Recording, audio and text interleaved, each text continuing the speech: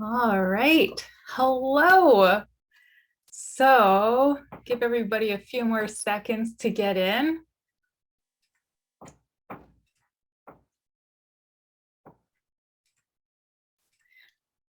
So we just had an awesome talk about morphology of the language, which was a lot. Hello. Since still joining.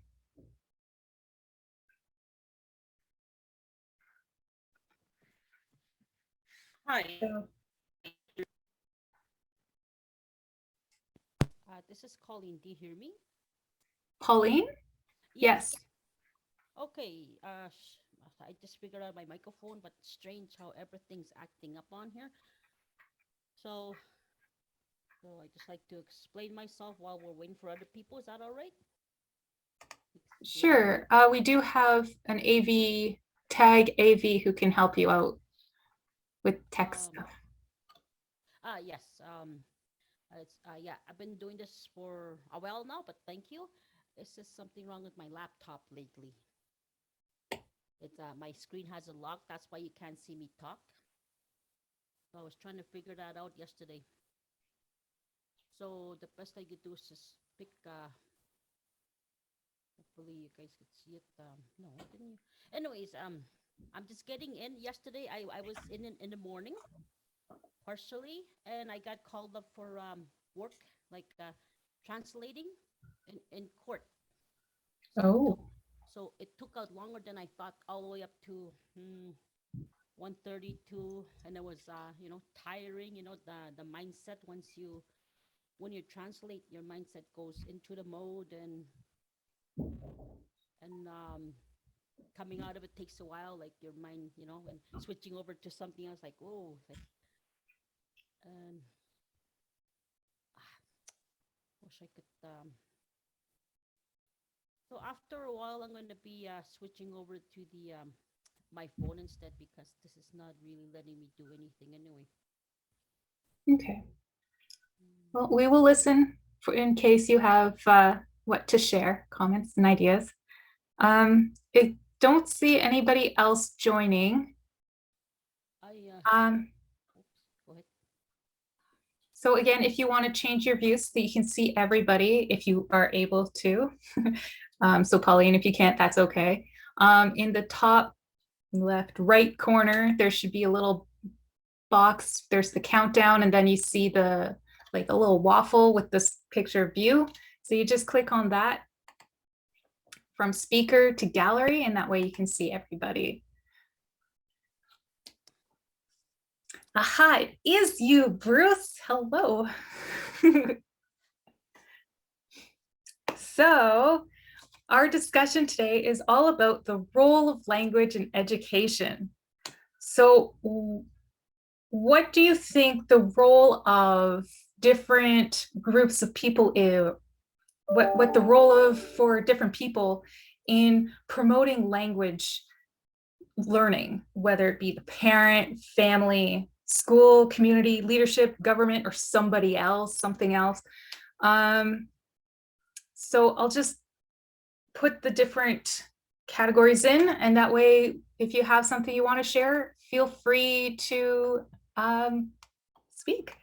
So I'm just going to tap it in. So role of language education, and then we're looking at parents, families. The parents can be caregivers, foster parents, the people who are raising you, whether they be grandparents.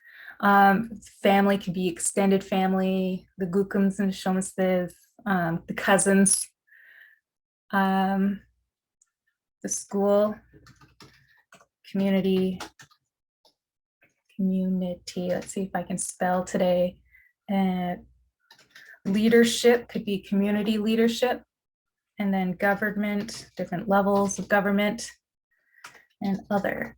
So I just typed that all out real quickly into the chat.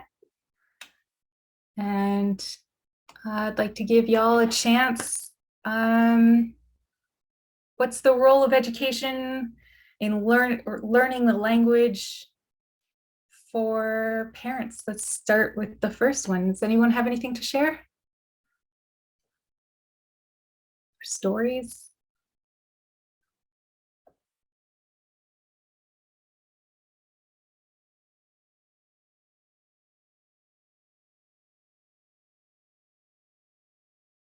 Anyone? I'll go. Thank you, Melanie. Hi, Melanie Natishnikaz, Mississauga and Donjava. Bearskin Lake is where my band list is. I'm a NAN member. And my mom, Namama, she went to residential school at Pelican. So she spoke it fluently growing up. And then went to residential school, and then she returned and she still speaks it. She's fluent. However, she never taught it to us because of whatever reason, like from the residential school, she wasn't allowed to speak it and probably just thought we wouldn't need it. So I do remember growing up like really small when she would visit with her sisters and family, or we'd go up to Michigan Lake. I did catch on some of the words, like some like basic commands, actions, like Wiesenen and Niban, and just like those basic things. So I've started last year. My role as a parent is to learn the language, whatever I can. And I became active in our school board. I'm one of the Indigenous Education Advisory Council members, and we were able to get a language nest program started Saturday mornings for the elementary, and also we have evening classes too.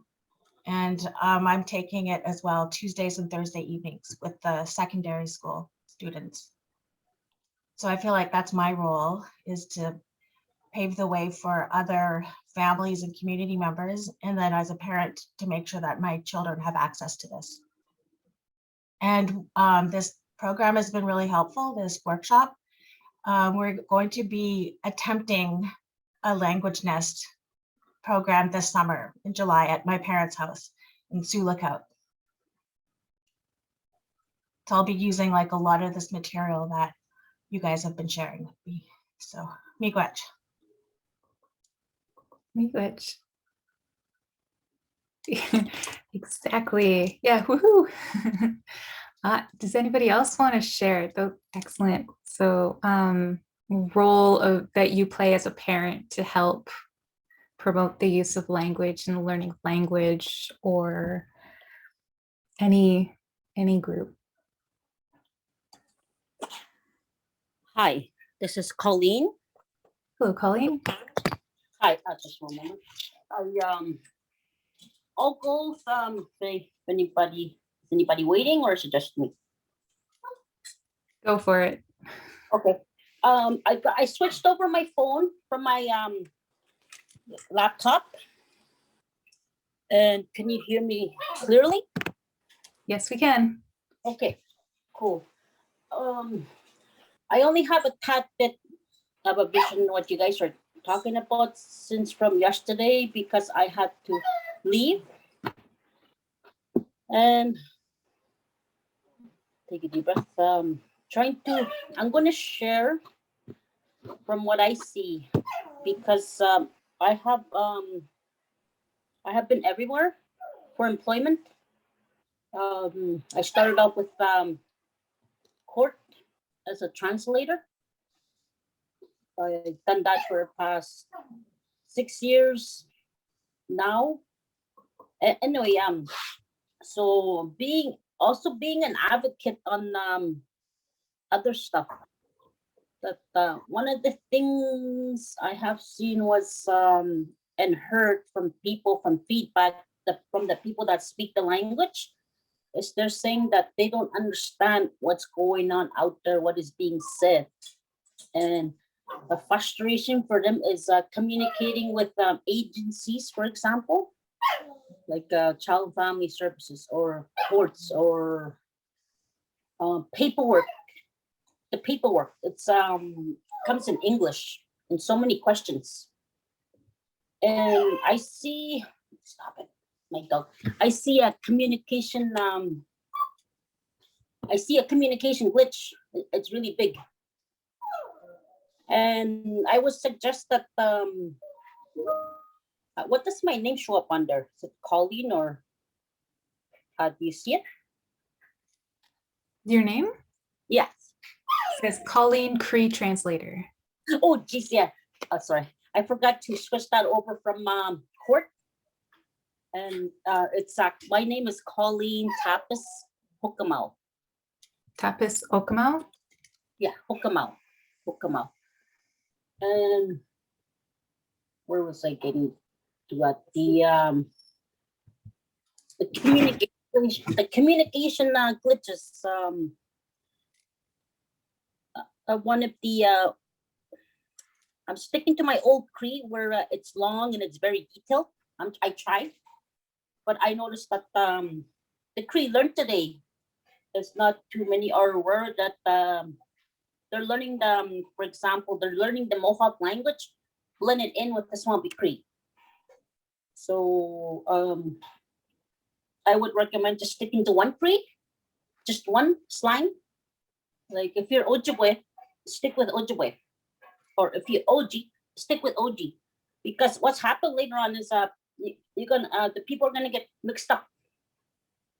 You might say something wrong, and that's very important. You don't say something wrong, especially if you're working in the field. And that's something even I have to be careful. If I don't know that language, I let them know and say, oh, sorry, that is not my language, that's OG or that's Ojibwe. Especially if you're working in fields of any important organization. But I can understand it a bit in a way where when you have a gathering, that's plain and simple, right? You see an elder, they say a word, oh yeah, this elder needs help. It's obvious, you see them right there. They might need help getting up or make them tea or something, you know, that's pretty obvious. But so as for the before I go on to the I do other stuff to advocate mental health awareness and autism. I just did the online. I was online in the evening the other day, and that I feel like nerves. Yep, yeah. So I had to, little bit and so I'm a self advocate. Self leadership stuff is what I do. I went on my own. There's a reason why behind that. I got tired of getting people to listen to me. That's what happened. So, so as for the education part for Cree, I could see it done. It is possible, but as for children with autism or any hyper disorder, I could see some words fit in there, some, but not all of them. It's too they'll most likely just speak it in Cree rather than writing it out. So just that's a very big important tip when you're teaching these children that not all of them could write, not all of them could say the proper words. And the special education part is you have to be tolerant, you have to be ready, you have to be patient and get educated. Yes, but not to try to overwhelm the parents with a lot of presentations like how should I say that? Each child is diagnosed with not diagnosed, but some of the children diagnosed. You could have 2 days worth of writing. 2 days. Yes, once you diagnose a child, you get it could be 4 hours in a day of writing, or I just got an email there. So to see my email. Or I know when I was looking for help and services, it took 2 days altogether. 2 days just for the paperwork, and the book was about this thick, like this thick, informations about my son. And when you take that to other parents, it's like we're not readers. We're not. You're gonna overwhelm them, and just make it plain and simple. Although I do understand the ministry guidelines policy says you have to have this written, otherwise the government doesn't let you do anything. That one I know, that one for sure. And so I'm pretty much, I only have a little bit idea what you guys are talking about, but I do just to give you insight. I do speak the language, and I've done a lot of talking. So anyway, nice to meet you all. Thank you. Miigwech, thank Yes. you. Miigwech, Badajimo and Disnakas, Muskreen and Donji, Nabis Nandodum. I just like to touch on the parent, family, community. For me as a parent, I have I'm the cultural teacher, so I have the resources, but I think they need the resources, parents. Things need to be sent home for them to be able to start teaching their kids and their family the language, and offering courses not only for the students, like for the kids, but for the parents. Um, yeah, that's all I wanted to say about that. Was resources need to be sent home, and I've already looked into something like that with the seven grandfather teachings. I implemented the grassroots that Cat or Cass had had sent out for NAN, and yeah, about community. What do communities need, or what does community mean to me? I did that with the 7 and 8s, and that was really, really good. The kids really did a good writing session there, and it really opens up their confidence.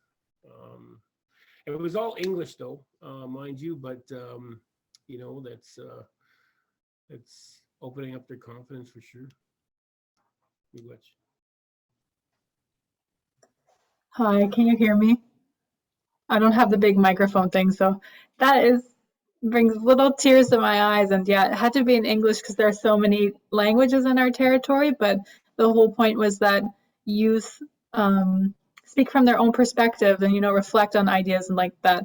But I was gonna make a joke about my role as a wife is to guide my husband in a good way. So I need to tell him in Ojibwe what to do, clean the dishes, those things. But as a community member, I think infusing like language in all the spaces that we are, like one of the activities in the unit is talking about language revitalization and from a grassroots perspective and what you can do today. And if that's saying miigwech instead of thank you, if that's translating for people, if that is inviting language into space through prayer, whatever you can do at this moment to start doing. And so coming from a community member in this community, it's really important for me to share as much as possible. So just infusing good things into people and guiding my husband in the right way. And thank you, Vidajamo. That's so sweet. Nice to hear. Miigwech, thank you, Miigwech. The reason why I implemented that with the 7 and 8s is I do a sharing circle with them. So when I was doing the sharing circle, that came up available. And so it was just perfect because the first sharing circle, they were really quiet, like I told them you could talk about anything you want, anything. You tell me what happened yesterday, what happened today, like you tell me a joke, whatever, doesn't matter as long as you're using your voice. So that whole month, last month, and this little bit of this month, that's why my theme was finding your voice, and that came out, and it just was perfect. Just fit right in.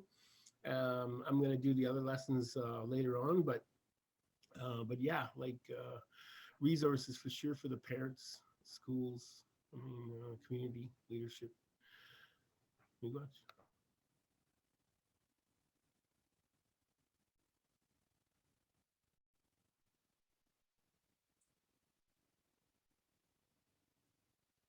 Leanne, we don't hear you.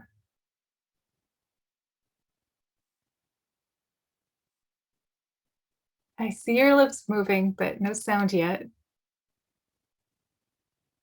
Okay.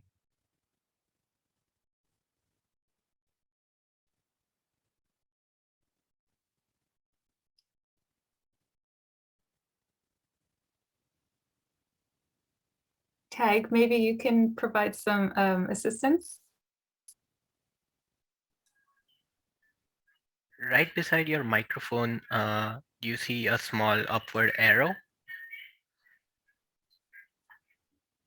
Make sure you select your microphone that you intend to use. Nope, still don't hear you. If you'd like, you can type your comment into the chat.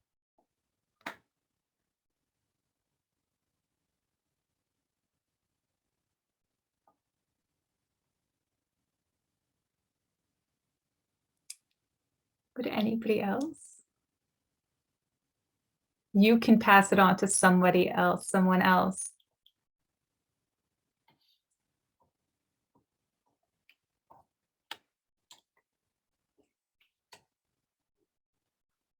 If I can add another one. I think also like our leadership needs to continuously advocate for our languages at those like big overview levels. And specifically to like advocate for our schools to be in immersion or to have jurisdiction over our own education, specifically for language revitalization or like those types of things to bring awareness that our languages are here, because a lot of Canadians don't actually know there are like 70 plus Indigenous languages here.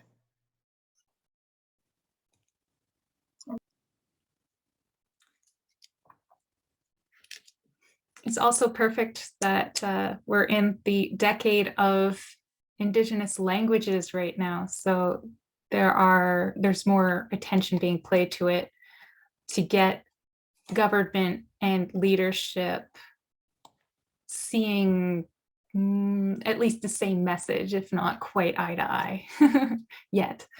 Anyone else like to share? We have a final 6 minutes. Hi, if I can. For sure, go for it, Colleen. Yes, about the being on my own type of thing, where I'll give you an example. Instead of me waiting for the governments to support us, for me at that time and still today, I went on my own to start to teaching my own children. I developed my own programs at home, and they see what I'm doing. And I told them everything you see what I do today is self-leadership. So I'm hoping that they continue that path what I'm doing right now. Because if everybody works together, can you imagine every single, well, if possible, in each remote communities or in town, like a lot would get done if people just pitch in with their monies together. When pitching with their monies together, figure out how much the band's getting money, for example, if possible, and find out who they're hiring to, who comes into the communities, and like how much do they charge you guys. Yeah, I really have to be careful because some of these are just coming to money makers and they leave after a while, and there's no steadiness for children with education. So I'm straight right out. I'm not here to upset anyone, but it is true because we have to speak now. Otherwise, it's going to continue on like this for the next 10 years. And I'm 46. I like to see this done within a few years. But like especially when I'm doing and teaching, I like to see progress. So I'm listening. I'm out there somewhere because when you're a translator or anything else that the stuff I do, I hear what's going on and the main points. And next month I'll be helping with hopefully I'll be training for to help with the residential school lawsuits applications. I'll be going into training for that. So it's a heads up. There is job opportunities out there on that. A lot of people don't know about that. It's done at home. Okay, thank you. English, and I see Leanne got a chance to do some typing as well. Reiterating, she's going to say that as a parent and a second language learner, it's really helpful for language speakers to speak to children in the language. Totally agree. The more we hear it, right, the more we can learn it, which is what David was saying. The babies have to listen to 30 to 40,000 hours before they speak. So we need to be listening 30,000, 40,000 hours. Bruce, get talking. When my daughter hears her kokum talk in the language, it's creating memory. It ignites the language spark in her. Very true. Thank you, Leanne, for sharing. More family-based immersion programs that different agencies and organizations and communities can offer would be really good.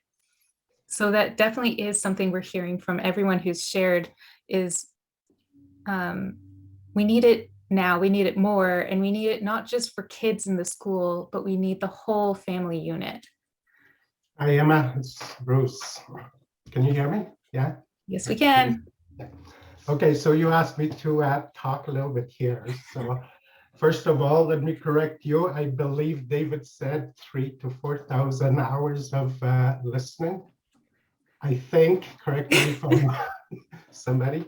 Anyway, yeah, so language acquisition, because of the complexity of the language. Oh, sorry, I should introduce myself to some people that don't know me. Bruce Beardy Nadijnakas, which is going to make Naduja de Bendavis. Nibening Komaga de no Daman, I go get you had the Mitchkanzai Nigako Nadajuto. So getting back to language acquisition, that's the complexity of the languages. David talks about morphology, so it really makes sense when you started putting those prefixes and fixes and suffixes into rote words. It can be very, very long words, and when you really consider about child's learning, third and fourth graders, for example, imagine trying to get them to write these long sentences, right? Such as Bimibatu, which is he or she is running. Nibimibatu min, Nigipabamibatu minaban, Nigipabamibagunizganibatu minaban. So it gets longer and longer. So it's at this point, the way I see it is, oral education especially for the younger grades is very important. And listening to Cass, and I think Cass is with us from her own experience at OOG. I've heard a lot about that, and it sounds really impressive. And they're producing all kinds of Ojibwe or Anishinaabe language speakers, which is really good to see, especially for young people like Cass herself and Pimikawe, I imagine that probably went through the same program. I did visit Wakudu Ding, I think that's what it's called, a community, the immersion school that they have there, just to go and observe. And this was when I was working at Lakehead University, so I took a trip down there. And it was really good to see, especially grade 7 and 8 students speaking in the language and learning it as well. So it looks like we'll be leaving. Greetings. Am I back in the main room? I am. Yeah, okay, that's good. There's Emma. I see Emma. Bonjour, we're back. All right. So we're live and everybody's going to be joining us right now. I guess so. Good. All right. Well, David, you certainly thank you for providing the topics for our discussion. And boy, oh boy, people had a lot to say, and we're looking forward to sharing some of their thoughts. Of course, they're language educators in the community, so they're at ground zero when it comes to dealing with the youth. And one of the fun aspects of it was we actually were live in a classroom with the youth in the background. Sounded like maybe kindergarten, grade 1. They were awful noisy, but I said, good, because the youth are here. What else are we doing this for? so it was, pardon me, it was loud, but it was nice to hear them chatting in the background. So I'm going to toss it over to Emma and see what some of her delegates had to think and on some of the questions and then that David posed. And maybe you could go over some of those questions and themes that David suggested we discuss. Sure. So my understanding was we were talking about the role of language in education, using education for everybody and different groups that that can promote language learning. Parents, which can be traditional mother, father, ni mama, ni papa, or it could be, those who raised you, the caregivers, whether it be the gokum and the shomas, the grandparents, or whether it's somebody else. Family, which could be extended family, school, community, leadership, government, and other. So that was my understanding of our topic of discussion. So we started off with an amazing story that one of our members experienced. Her mother is a language speaker, but was forced to attend Pelican Residential School when it was a residential school at the time. And the consequence of that was, while the mother herself was still a language speaker, she didn't pass that learning on to her children. So as a parent now, she wants to learn the language as much as possible and to pass that on. So to pick up the stick and continue on passing it on. She will be attending classes in the community, and that was another item that was raised in different times during our conversation. Was it can't just be the kids learning. It's the whole family that needs to learn. And that means we need to have resources. So for the schools to share those resources with parents and families at home that they can pick up and continue learning themselves and teach their kids. As well as there being courses available, lifelong learning courses for adults and parents to learn the language as well. So evening classes, as well as nest programs, and having some of the items that were raised yesterday also to be included. It was also raised that regarding government, a lot of our documents and legal requirements are all English paperwork, which can be overwhelming and difficult if you're not a language speaker, and can also inhibit language use.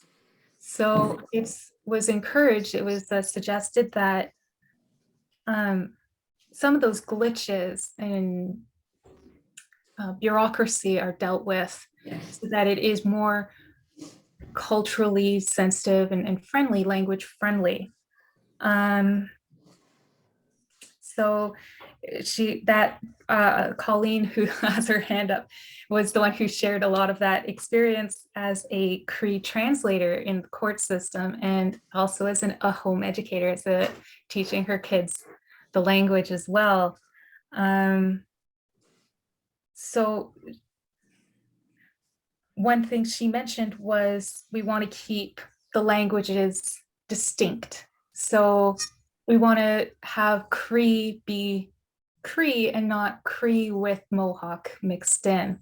Or if we teach Ojibwe, we want it to stay Anishinaabe and not mix in Anishinaabe and confuse things. So keeping it distinct so that the languages stay as connected to their roots and origins as possible. We spoke about, with regards to community, another thing that can be done to infuse language into the community is just have language in different areas of the community. If you're going to say thank you, why say thank you? Say miigwech, right? If you're going to say hi, say bonjour, wajie, all the different greetings depending on where you are. And for leadership to continue to advocate for education, for language learning, to continue advocating for immersion, to continue advocating for programs, which being the decade of Indigenous languages is the perfect time to really dive into those types of advocations. Also, don't wait for somebody else to get it going. Start learning as soon as you can. If you have the desire, pick up a word or two and listen. Listen to recordings and look for different resources. And hopefully these types of activities and events will help share what resources are available. And Bruce, one of our educators, came up with a great perspective, great point, that the Ojibwe and Anishinaabe language is complicated, as Dave showed how the words grow longer and longer and longer as the sentence that we're creating becomes more and more detailed and specific. And as a result, his suggestion was, for younger grades, don't focus on written language. Imagine writing that great big long word. Instead, focus on oral for the younger grades. And then as they become more proficient with the writing skills, and they can learn and focus on learning, putting what they hear and what they say down into a written form, then you can focus on that later on. And I think that also ties in a little bit with what Cass was saying yesterday about, the adults have to know the why, whereas the younger guys, they sponge it up and say what they need to say. They learn little sponges. So I think that covers everything we mentioned. Yeah. Okay. Miigwech. Miigwech for that. All right, a couple of points from my group. Not enough time in the classroom to teach language. I guess 30 minutes per lesson isn't enough time, or 45 minutes for the older students isn't enough time. Also, high school, they're getting 70 minutes per lesson. And they also suggest that learning language must start at home. So that was a point that came up. Also, someone suggested that we get away from the Ontario curriculum to learn language and basically use the 6 seasons and more traditional languages from the elders and from your community. So try to get away from the Ontario curriculum of trying to teach the language. Linguists came around about 40 years ago to one of our delegates, and his mother wouldn't participate because she said that the linguists were trying to change how the words sound. And she would not work with the linguists, afraid that they would change the sound of our words. So that was very powerful. Also, again, try to connect with the community, have the community work with the students and with the school. And there's something out there called the Legacy School Project. In other words, it's available. And Harriet suggested that, but you can go back in our session and listen to that if you like, and we'll try to get more information. But it's called a Legacy School Project based on language and pardon me, culture and craft time. The kids love the crafts. They love to make things, and when they do that, they're speaking language. And she showed a couple elder, what'd you call them? Elder. Anyway, they're elders that she had made, or the kids had made, and that they helped to promote the language as well. So I learned a lot, and I'm sure that the teachers that joined us learned a lot as well. Okay, David, I know I'm taking up time. What say you, my good man? Right. So in our group, we kind of covered all 3 discussions there because of the information that was coming out. It all overlaps and it's interconnected. So we had one of our participants who was a non-speaker teacher working in the NAN community. She wanted to say that, which is really important, and that it reinforces identity for not just students, for people.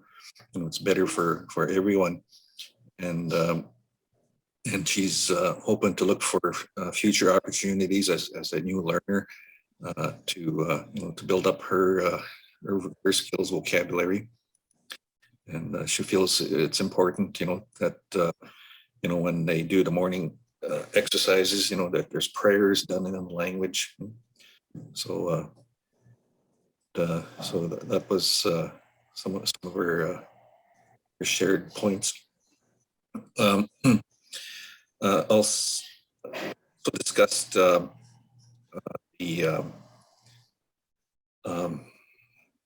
how our language been sort of beaten down. It's sort of regarded as something that's not important, and it is. And so we want to raise that awareness and level of the language being important, because French and English are, in the Constitution regarded as the official languages. So the question was, why can't our language, be an official language? And so we'll move in that direction in the coming decade. Another participant shared a family member story where they learned not by reading and writing. It was just listening to stories from his mother, and supported him. And so there's a lot of recorded stuff on tapes of Cree language, stories about hunting.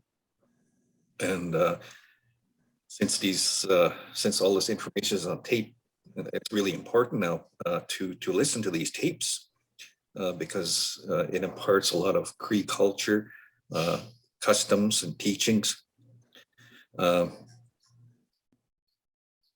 And then the experience of this teacher had a classroom, and then got booted out of their classroom because it had to make way for another subject.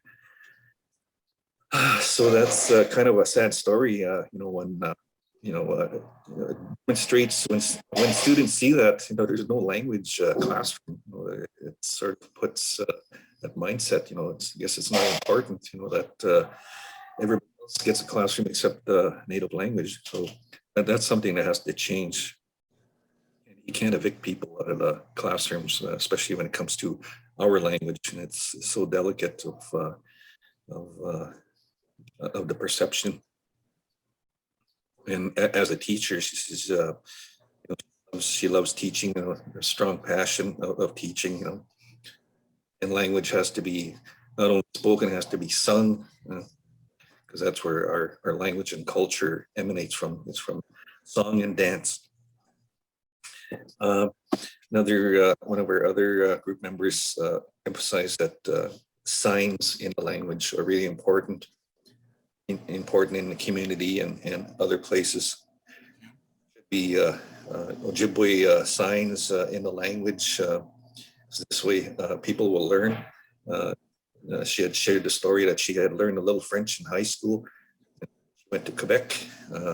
You know, that helped. You know, that she could recognize some of the signs and get around following what she understood and she had learned. Another participant shared the experience of having that opportunity of working as a teacher with elders, but I guess her position was kind of either phased out or pushed aside. But the elders had to continue on in the classroom, and she raised a concern about you know, it's important to have whatever community or area you're in is to teach that community language dialect.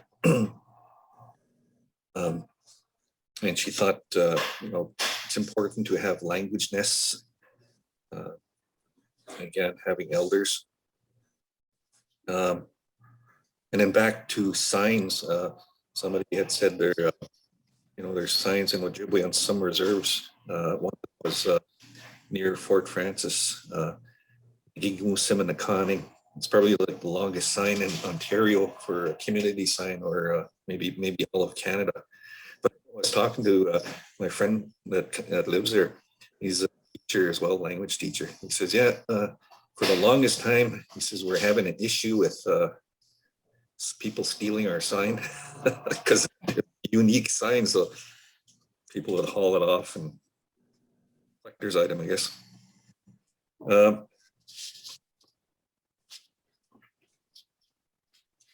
Oh yeah, and one of our other participants, you know, said, you know, wherever we are, whether we're in the communities or in other areas, if we want the language to come back to life in wherever we are, you know, we have to have that will to do it, and that's what will happen.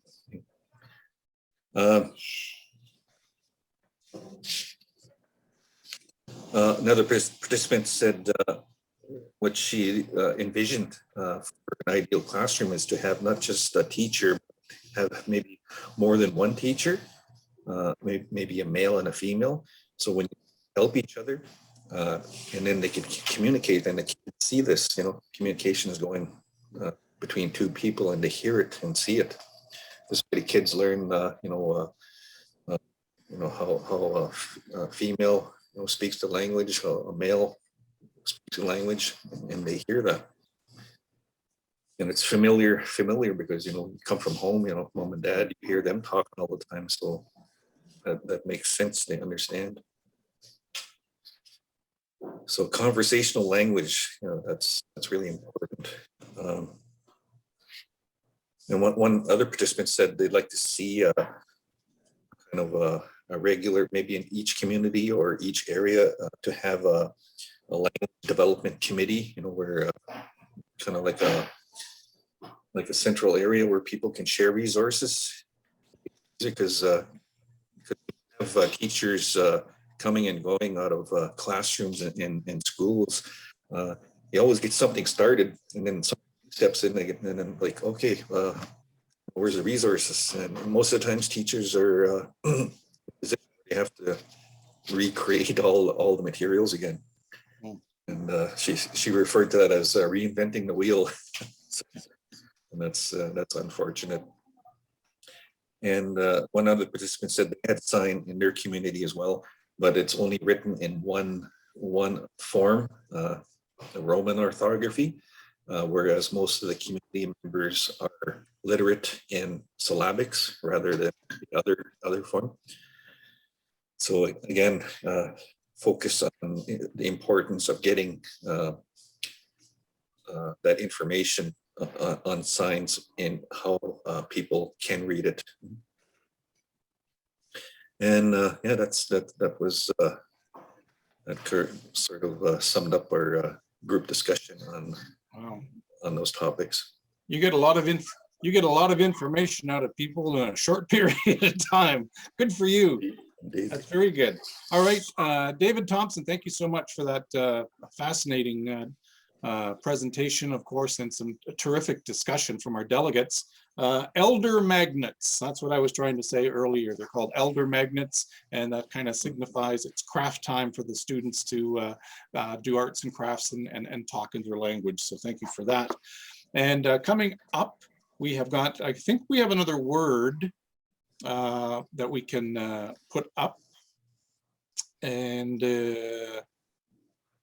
also, don't forget that during your lunchtime, there's going to be a comedy show coming up in about 12 minutes time, featuring Jerry the Big Bear Barrett and my adventures as a 60s scoop kid. That's coming up as well. So also this afternoon, we've got Larry Beardy coming back with storytelling. I'll take this whole thing off the rails with my presentation, and then Larry will redirect it and bring it back on.